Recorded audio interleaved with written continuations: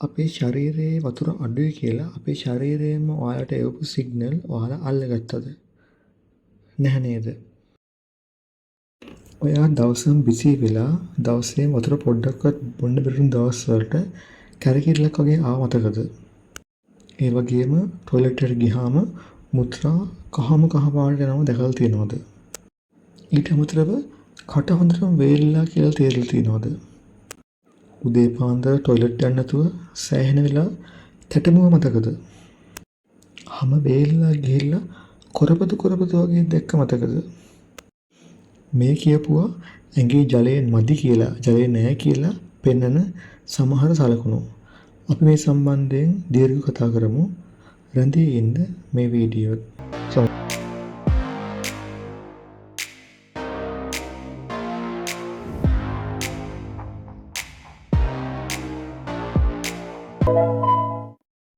සුබ දවසක් සියලු දෙනාටම SL Dr. Clinic YouTube නාලිකාවට සියලු දෙනාම සාදරයෙන් පිළිගන්නවා.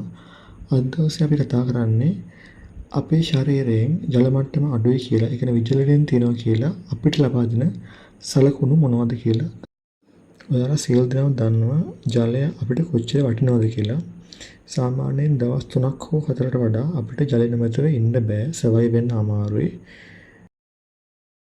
අපේ ඇඟේ ස්කන්ධය ගත්තාම ඒකෙන් 3න් 2ක් සම්පූර්ණයෙන්ම තියෙන ජලය. ඒ වගේම අපේ සියලුම සෛලවල අනිවාර්යෙන් ජලය තියෙන්න ඕනේ. මොකද ඒවැ ක්‍රියාකාරීත්වය හරියට පෙන්වුම් කරන්න.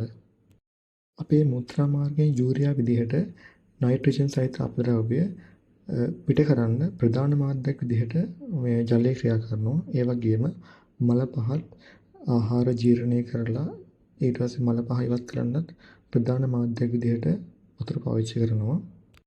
ඒ වගේම අපේ ඇස්වල තියෙන තෙතමනයට වතුර අවශ්‍යයි. ඒ වගේම සම වේලෙන් නැති වෙන්න මොයිස්චර් විදිහට තියාගන්න, තෙතමනේ පවත්වා ගන්නත් අනිවාර්යෙන් ජලය අවශ්‍ය වෙනවා. ඒ වගේම අපේ සියලුම ජොයින්ට්ස් වල තියෙන්නේ ජලය යම් ප්‍රතිශතයක් තියෙනවා. ඊට අමතරව අපේ ලේ ගත්තාම ඒකේ ලොකු ප්‍රතිශතයක් තියෙන්නේ, විශාල percentage එකක් තියෙන්නේ ජලය. ඒක අඩුනොත් එහෙම හරියට ඔක්සිජන් අදාළ පටක වෙත ගමන් කරගෙන යන්න පොඩ්ඩක් අමාරු කරනවා. ඒ හින්දා ජලය අපේ සම්පූර්ණ දේහයේ ක්‍රියාකාරීත්වයට සියලුම සිස්ටම් වලට අනිවාර්යෙන් ජලය අවශ්‍යයි. අපේ ඇඟේ තියෙන ජලය කිහිප ආකාරයකින් ඇඟෙන් පිට වෙනවා. එකක් මල පහ විදියට, මුත්‍රා සහ ඒ වගේම ඝන මල විදියට පිට වෙන්න පුළුවන්. ඊට අමතරව දාඩිය, ඊට අමතරව සමහර වෙලාවට වමනේ වශයෙන්ද පිට වෙන්න පුළුවන්. එම නිසා ඒ පිටවන ප්‍රමාණයෙන් අපි නැවත අපේ ශරීරයට ලබා ගන්න ඕනේ කල් වෙලා ඇතුව. සාමාන්‍යයෙන් දවසකට වර්ධනය වූ මනුෂ්‍යයෙක්ට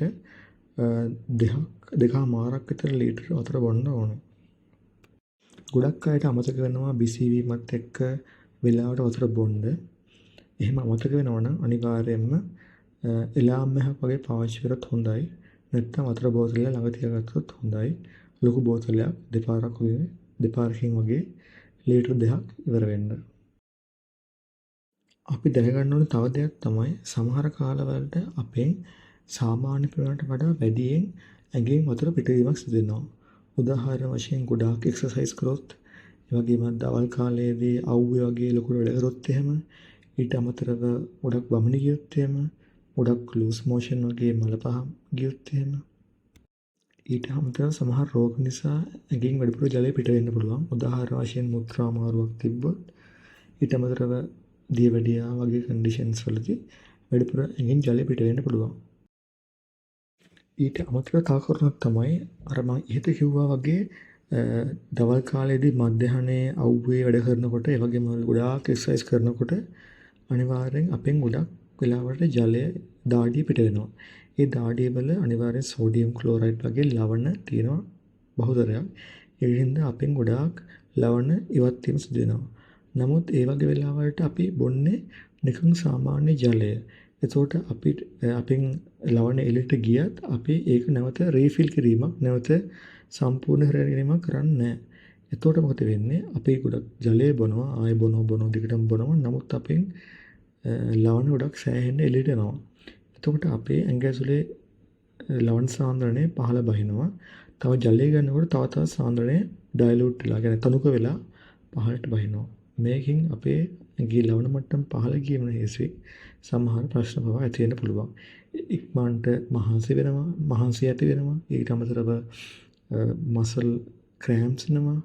ඒ වගේ දේවල් වෙන්න පුළුවන්. ඒකින්ද ඒ වගේ අවස්ථාවලදී අපි වැඩ කරනවා නම් අනිවාර්යයෙන්ම දෙහි හෝ දොඩම් පානයක් බොන එක තමයි වැදගත් වෙන්නේ. සාමාන්‍යයෙන් වඩින පුද්ගලෙක් දවසට 4 පාරක්වත් මුත්‍රා කරන්න යන්න ඕන. අවම වශයෙන්.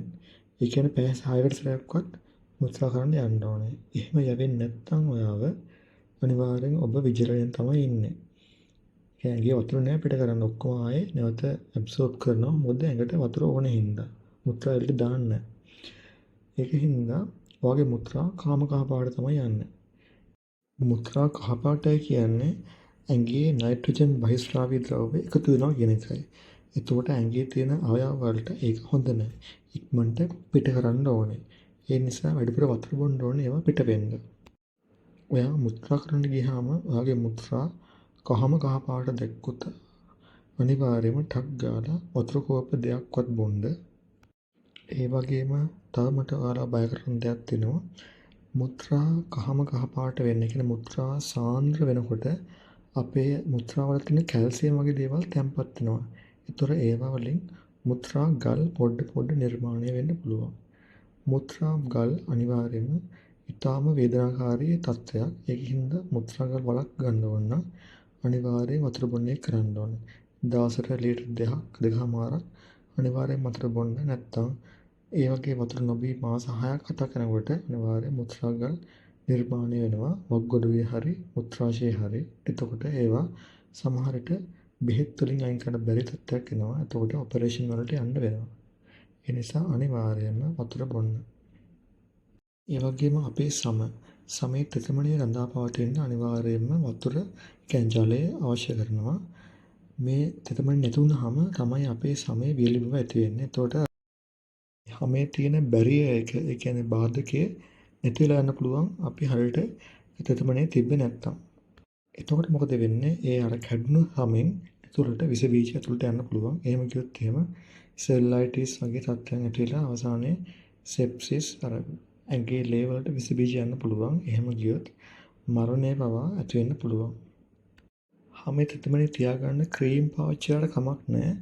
අනිවාර්යයෙන් වේලන හැම වෙලාවෙම ක්‍රීම් පාවිච්චි කරනකොට අමතරව හැමතිස්සෙම හිතන්න ඇඟේ වතුරක් නැති හින්දා වෙන්න පුළුවන්. ඒකින් අනිවාර්යයෙන්ම වතුර බොන්න ඊට පස්සේ ගාන ක්‍රීම් එකක් ගෑවට කමක් නැහැ. ඒ වගේම මෙහෙම සමේ තෙතමනය අඩු වෙනවා කියන්නේ හැමෙන් දහඩිය වැඩිපුර පිට කරන්නේ නැහැ. මොකද ඇඟේ වතුර එළියට යවන්න කැමති නැහැ. මොකද ඇඟේ වතුර අඩු හින්දා. ඒතකොට දහඩිය හැදෙන්නේ නැහැ. ඒතකොට දහඩිය හැදෙන්නේ නැති හින්දා හැම මතු පිට තියෙන විස බීජ ඒ වගේම දූවිලි වගේ දේවල් ඉවත් කරන්න මේ දාඩිය වැදගත් වෙනවා. ඒවා ඉවත් කරන්න බැරි වෙනවා කියන්නේ මේ දාඩිය සහ විස බීජ එකතු වෙනවා. ඒතර අපිට කුරුල්ලෑ වගේ දේවල් එක්සීම් වගේ තත්ත්වයන් ඇති වෙන්න පුළුවන්. ඒ නිසා අනිවාර්යයෙන්ම දහඩිය වැඩිපුර පිටවෙන්නත් එක්ක අනිවාර්යයෙන්ම හොඳට වතුර බොන්න ඕනේ. අමතරව අපි ජලය වැඩියෙන් බොනකොට අපේ වැඩිපුර මුත්‍රා පිට වෙනවා. දාඩිය පිට වෙනවා. ඒතර අපේ තියෙන දේහ උෂ්ණත්වය ඒ දාඩිය සමග මුත්‍රා සමග පිට වෙනවා. ඒතර ඇඟේ දේහයේ උෂ්ණත්වය පහළ බහින්න හේතුවක් වෙනවා. එහෙන් පහළ බැසෙන්නේ නැත්නම් හීට් ස්ට්‍රෝක් පවා යන්න පුළුවන්. ඊට අමතරව අපේ කොමන්ලි සාමාන්‍ය දකින්න හම්බ වෙනවා කටේ තුවාල ඇප්තිස් අල්සර්ස්. ඒ කටේ තුවාල ඇති වෙන්නත් එක හේතුවක් හරියට වතුර බොන්න නැති හින්දා. කටේ ඩ්‍රයිනස් එකක් වීලි බවක් තියෙනවා. ඒතකොට මේ තුවාල ඇති වෙන්න පුළුවන් ලේසියෙන්ම දිව වගේ දේවල් පැලෙන හින්දා.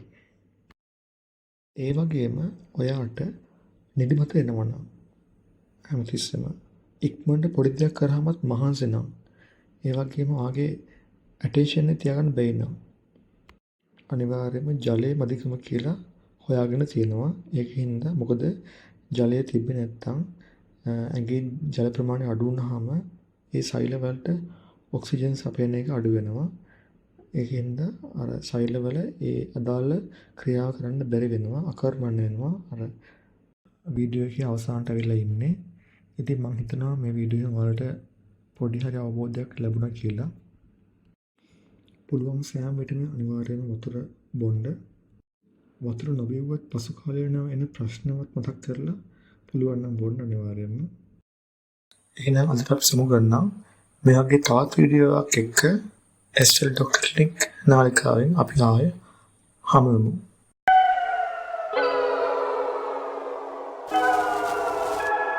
Thank you.